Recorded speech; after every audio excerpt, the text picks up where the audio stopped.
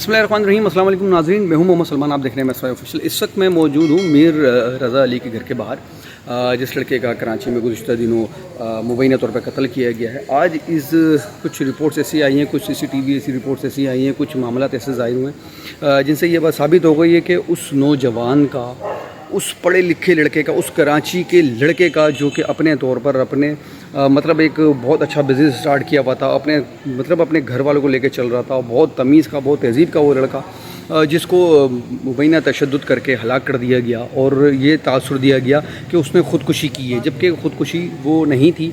आज ये बात भी साबित हो गई है और इसी हवाले से आज मैं मौजूद हूँ मीर रज़ा अली के घर के बाहर।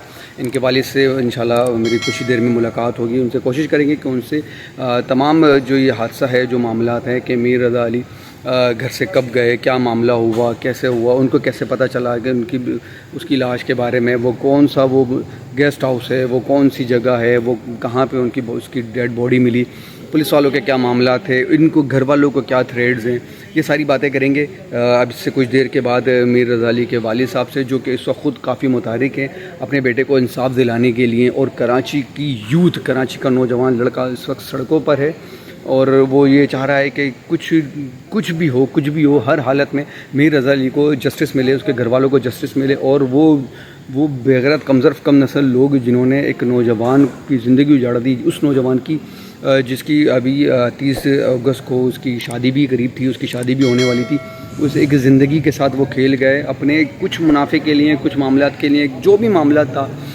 उसके लिए। अब हम बात करेंगे इनके वालिद साहब से। मैं आपसे गुजारिश करूंगा कि बिल्कुल सबसे पहले तो मैं निजी चैनल को वो कहूँगा कि देखें, कोई भी चीज़ अपनी वीडियो से हासिल करके उससे आप अपनी उसकी इमेज ना बना लें कि ये सुसाइड है, ये ऐसे चलता हुआ जा रहा है, ये ऐसे गन है।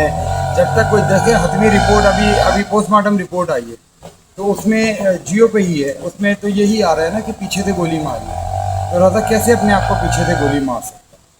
वो नहीं मार सकता। ये मैं पहले दिन से बता रहा हूँ कि रज़ा सुसाइड नहीं कर सकता। Still I am again saying कि रज़ा सुसाइड नहीं कर सकता, रज़ा सुसाइड नहीं कर सकता, रज़ा सुसाइड नहीं कर सकता। इसको मारा गया है, इट्स अ ब्रूटली मर्डर।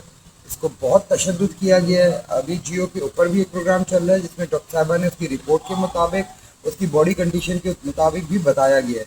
देखें, हमें 1 ही घंटे के अंदर उसका पोस्टमार्टम करके दे दिया गया, हमें तस्कीन कर दी, हमने तो गवर्नमेंट पे छोड़ा हुआ था। मगर अब जो चीज़ें निकल के आहिस्ता आहिस्ता आ रही हैं, तो इससे ये समझ आ रहा है कि रज़ा को पता था कि उसके साथ क्या होने वाला है, तो उसने कुछ क्लूज़ दिए हमें। जैसे ये क्लूज़ है कि गन उसने निकाल लिए, वो चाहता वो कैमरे ऑफ करके, उसके मोबाइल से ऑफ होते हैं, ऑन होते थे, तो वो मोबाइल अपनी गन का वो कर लेता। अगर उसने सुसाइड करना होता दुकान के अंदर कर लेता, इधर आके कर लेता, ऊपर जाके कर लेता। वो उधर क्यों गया? क्यों उसने उस गाड़ी वाले को बोला कि मुझे जल्दी पहुंचाओ, मेरी उधर मीटिंग है? किसने उसको उधर टाइम दिया हुआ था? कल एक और वीडियो जहां बोला जा रहा है कि मोबाइल फेंका, लेट्स सपोज ठीक है मोबाइल फेंका उसने, तो रज़ा ने उस मोबाइल के थ्रू भी हमें क्लू दिया ना कि मेरे साथ कुछ होने जा रहा है। उसी जहाँ मोबाइल फेंका उसके आगे देखें कि गाड़ी खड़ी है जहाँ ब्रेक लाइट जल रहे हैं, वहाँ रज़ा किसके साथ बैठा? नर्सरी के ऊपर जो डेड बॉडी आई है वो 29 की सुबह आई है, मतलब 3:30 बजे जो बंदे आ रहे हैं, जिसकी वीडियो है। कचरे वाले की वीडियो आ गई है, रज़ा की वीडियो नहीं आ रही ऊपर से। वो बंदे क्लियर नहीं हो पा रहे, बाकी सब हो पा रहा है। नर्सरी वाला जो लड़का है बहुत हिम्मत वाला है, अल्लाह पाक उसको खुश रखे और अल्लाह पाक उसकी ज़िंदगी को अपने हिफ्ज़-ओ-मान में रखे। उसने रोते हुए बताया था कि भाई मैंने 28 तारीख को भी पानी दे रहा था। मेरे अलावा भी उसने 2-4 निजी चैनल्स को बताया है, मीडिया को बताया है कि मैं 28 को भी पानी दे रहा था, उस पर उधर बॉडी नहीं थी। 29 वाले दिन पानी देते हुए बॉडी, और जहाँ बॉडी मिली है वहाँ फजर के टाइम पे रोज़ाना ऊपर बुजुर्ग जो है ना वो बिल्कुल हवा खाने के लिए इस पर सामने रहते हैं, तो वो क्यों उनको नज़र नहीं आई थी 28 वाले दिन? नहीं हो सकता सर, पूरा 28 वाले दिन नॉट पॉसिबल कि वो उधर मौजूद था। 29 को बिल्कुल मौजूद था, उसको 11:30 बजे या 11:20 को उसको बॉडी दिखी है पानी देते हुए। 28 तारीख को पानी देते हुए उसको नहीं दिखी। तो अब आप इसको क्लू से क्लू मिलाएं तो 29 को डेफिनेटली फिर ये इन्होंने लाके लाश फेंकी है। जब वीडियो उधर आ रही है, उनका क्या काम होता है इतनी रात को उधर आके मोटरसाइकिल खड़ी करने का? जो मोटरसाइकिल पे आए हैं उन्होंने जब पिलर पे उसकी मोटरसाइकिल की लाइट पड़ी है तो वहाँ पिलर के पास भी तो एक बंदा खड़ा हुआ है, ये क्यों नहीं उसको देखा जा रहा है? तो मैं कहूँगा निजी चैनलों से कि बराए मेहरबानी किसी की वो ना करें। हम पहले ही अपने औलाद को खो चुके हैं। ये सब काम हम उन औलादों के लिए कर रहे हैं जो स्टार्टअप कंपनीज करके अपना फ्यूचर बनाते हैं और आगे बढ़ने की कोशिशें करते हैं। तो हम इसीलिए इन चीज़ों को सामने लाना चाहते हैं, इतनी प्रेशर के बाद भी, कि नहीं, नौजवान नस्ल हमारी एक हमने बेटा दे दिया है और सब क्यों अपने बेटे दें, औलादे दें। यही माहौल, यही ट्रेंड नहीं चलना चाहिए पाकिस्तान में। कल जो वीडियो रिलीज हुई है उसमें भी जहां मोबाइल फेंका जा रहा है, जैसे बताया जा रहा है यार भाई या निजी चैनल की तरफ से कि ये मोबाइल फेंका गया, मोबाइल फेंका गया। यस, मोबाइल फेंका है, मैं तो उसको सिगरेट समझ रहा हूँ जो सिगरेट फेंकी है। अगर मोबाइल भी फेंका गया है तो रज़ा गाड़ी में उसको बोला गया है ना मोबाइल फेंकने को। सर माँ के पास क्यों नहीं छोड़ के चला गया 7 लाख रुपए का मोबाइल? वो सुसाइड नहीं है, please, it's a different type of murder. इसको हमें बहुत बारीकी से देखना पड़ेगा। और मैं फिर एक बार गुजारिश करूंगा वज़ीर आज़म Pakistan, chief justice of Pakistan, chief of army staff Asim Munir साहब और डीजी रेंजर सिंह कि बराए मेहरबानी इसको देखें, इसको हमारे बच्चे को इंसाफ दें। हम बहुत परेशान हैं, मेंटली टॉर्चर में हैं, हमें नींद नहीं आ रही। हमारा बच्चे का चेहरा सामने आता है, उसको बहुत बुरी तरह तशद्दुद करके दिया गया है, बहुत ज़्यादा तशद्दुद किया गया है। तो बराए मेहरबानी इसको जल्द से जल्द उनको कैफरे किरदार तक पहुँचाया जाए जिन्होंने ये काम किया है। मेरा बेटा चला गया, मैंने उसको कांदा दिया है, उसने मुझे कांदा देना था। हमारा फ़ख्र और हमारा गुरूर तो छीन लिया गया है और इस जालमाना तरीके से छीना गया है, इसकी तवक्को नहीं। मेरा सबसे पहला सवाल ये शुरू हो जाता है कि 28 तारीख को 3:30 बजे बच्चे की FIR कटी 365 पर। 365 पे की FIR, जब मिसिंग की FIR कटी तो उसकी वायरलेस चला। सर आप भी समझते हैं इस चीज़ को, वायरलेस चलता है, पूरे थानों में वायरलेस चला।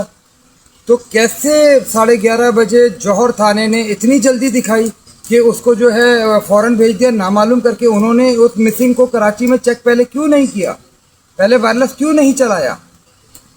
सर फिरोजाबाद से अगर वायरलेस चला है तो उसको फॉलो क्यों नहीं किया कि एक इसी होलिये का लड़का की बॉडी मिली है, जबकि बॉडी की शक्ल तो दिख नहीं रही थी, मतलब समझ ही नहीं आ रहा था, उसको इस तरह जलाया हुआ था। सबसे पहला सवाल है कि 3:30 बजे 29 की रात में वो बंदे क्या कर रहे थे मोटरसाइकिल वाले? क्या रज़ा को उधर ही बुलाया था इन्होंने, या रज़ा को उधर से साथ लेकर आए हैं? मगर वहाँ गोली नहीं चली है। वहाँ खून का, जब गोली चलती है तो वहाँ आप खून मौजूद होता है, खून गिरा होता है, उसकी चप्पलें भी साफ़ मिली है, वहाँ खून बिल्कुल मौजूद नहीं था। जितने भी क्राइम रिपोर्टर्स उधर गए उधर उनको ब्लड नहीं मिला, ना पुलिस को मिला। तो वो खून ब्लड किधर गया? 5 लीटर ब्लड गिरता है, 5 लीटर। अभी डॉक्टर साहबा से शादिब खानज़ादा पे बात होगी, तो आप मुझे बताएं वो ब्लड किधर गया? तो इसका मतलब गोली उसको पहले मार दी गई थी ना, कहीं और से लाके इसको फेंका गया ना। मैं तो आपको कह रहा हूँ इट्स अ प्लान मर्डर। उससे गन मंगवाई गई है जस्ट टू शो कि ये सुसाइड है, जस्ट टू शो ये सुसाइड है। मैं फिर भी नहीं मान रहा, बच्चा मेरा सुसाइड कर ही नहीं सकता, किसी सूरत में भी नहीं कर सकता, इसको मैं डिनाई करता हूँ। मगर जो आज जो रिपोर्ट आई कि उसको पीठ पे से गोली मारी गई, रज़ा उधर चलता हुआ भी आया तो अपने पीठ पे कैसे गोली मारेगा? सर इसको मतलब घुमाया जा रहा है ना रोज़ाना किसी ना किसी चीज़ के ऊपर। कल रात तक कुछ और था, आज तो बिल्कुल ही चेंज हो गया नैरेटिव। इसलिए चेंज हो गया कि हक सच जो है ना वो छुपता नहीं है सर। 29 को बंदे ने देखा है उसको, 28 को उधर कोई बॉडी नहीं पड़ी थी उस नर्सरी में, कोई बॉडी नहीं थी 28 की तारीख को। रात 12 बजे तक कोई बॉडी नहीं थी, 3:30 पे ही आई होगी। मैं इसलिए ये 3:30 पे बार बार कह रहा हूँ कि बॉडी उसने बता चुका था कि वो 28 को बॉडी नहीं थी इधर। तो जब ये वीडियो आई 3:30 की तो फिर मैं श्योर हुआ हूँ कि यही लेकर आए हैं वीडियो, मगर वो क्लियर नहीं है। 4 बंदे, वो 2 आ रहे हैं या 1 आ रहा है या 3 आ रहे हैं, और एक जैसे ही पहुँचते तो आगे एक बंदा खड़ा हुआ है पहले से, उसके ऊपर लाइट पड़ती है। उस जगह का एक्सेस उस गेस्ट हाउस से, जंगल से है। मैं तो फर्स्ट डे से बता रहा हूँ, क्लू दे रहा हूँ। तो उस क्लू के मुताबिक आपने वर्किंग क्यों नहीं की? आपको पहले वर्किंग कर लेनी चाहिए थी। आफ्टर 6 डेज SSP और SP की उसकी बनने के बाद मैं समीउल्लाह साहब का की जो बनी, मैं उन पर ट्रस्ट करता हूँ। वो इसलिए ट्रस्ट कर रहा हूँ क्योंकि उन्होंने कोई सॉल्व किए हैं केसेस। हमें बताया गया कि ये आप गेस्ट हाउस चेक करें। अब उन्होंने किस थॉट में बताया, या अल्लाह पाक ने हमें उधर ले जाना था। हम गेस्ट हाउस गए तो वो गेस्ट हाउस से उसको दिखाई पिक्चर कि ये चेक करें, ये मेरा बेटा मिसिंग है। तो वो पहला बंदा भागा, फिर 2 आए, वो 2 भागे, तो हम फिर भी उधर खड़े रहे, हम चीखते रहे कि अब रेंजर्स बुला रहे हैं, पुलिस बुला रहे हैं, मगर उन्होंने नहीं सुनी। उन्होंने पीछे से कूद के भाग गए। वो थोड़ी देर के बाद एक ही बंदा वापस आता है, बाइक के ऊपर आता है, वो वाटर बोर्ड वालों का था।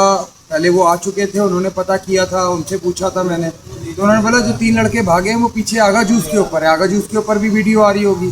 जब मैं उसके साथ बैठ के, फैमिली मेरी गेस्ट हाउस पे खड़ी हुई थी बाहर, अंदर से बंद था वो, तो मैं उसके साथ बैठ के जब तेज़ी में भागे हैं उधर उसकी तरफ, उसने भगाई है, तो वो गेस्ट आगा जूस में घुस रहे थे। तो जैसे ही उतर के मैंने सबसे पहले मौलाना को जब थप्पड़ मारा तो वो भागा, क्योंकि वो ज़रा मुझसे और ज़्यादा स्ट्रॉन्ग थे। वो दूसरे भी 2 स्ट्रॉन्ग थे, मगर मैं बस अल्लाह पाक ने, मैं कह रहा हूँ ना आपको कि वो अल्लाह पाक ने हिम्मत देने वाला अल्लाह पाक है। मैंने पकड़ लिया उनको, मतलब भागोगे मैं सर फाड़ दूंगा आपका, मेरा बेटा मिसिंग है, मेरे को सिर्फ अंदर दिखा दो। तो वो सीधे हो दिखाया गए। उन्होंने? जी लेके चलते गए मेरे साथ, मैंने उनको गर्दन से पकड़ा हुआ था। वो लेकर गए मुझे, वो लेकर गए, गेस्ट हाउस खोला। गेस्ट हाउस तो ऐसा है कि अगर आपको कोई बोले ना कि आप उस गेस्ट हाउस में रुक जाओ, तो शायद हम ना रुकें। वो इसलिए कि वो अजीब उस गेस्ट हाउस की फीलिंग थी, अजीब उस गेस्ट हाउस में एक हैबत थी, एक अजीब सी कैफियत थी उस गेस्ट हाउस के अंदर की। मतलब मैं उसकी फीलिंग्स आपको बयान नहीं कर सकता। 4:15 पे स्विफ्ट आई है, उसके अंदर बंदे बैठे हुए थे, इसी गेस्ट हाउस के ऊपर, इसी गेस्ट हाउस के ऊपर जिस गेस्ट हाउस में हम घुसे थे। तो जब मैं बस वो देख ही रहा था कि एकदम से मोबाइलें आ जाती हैं। मोबाइलें आ गई तो वो उसको उनको दिखाया कि ये देखें आप मिसिंग बच्चे की इसको। तो उन्होंने देखने लगे, देखते रहे, मगर देखते हुए कुछ उन्होंने बोला हमारे को भी एक बॉडी मिली है, हम आपको दिखाते हैं, हमें तो समझ नहीं आ रहा। उन्होंने दिखाई तो वो हमने पहचान ली उसकी, तो फेस नहीं देखा जा रहा था, उसका हाथ पाँव कुछ भी नहीं देखे जा रहे थे।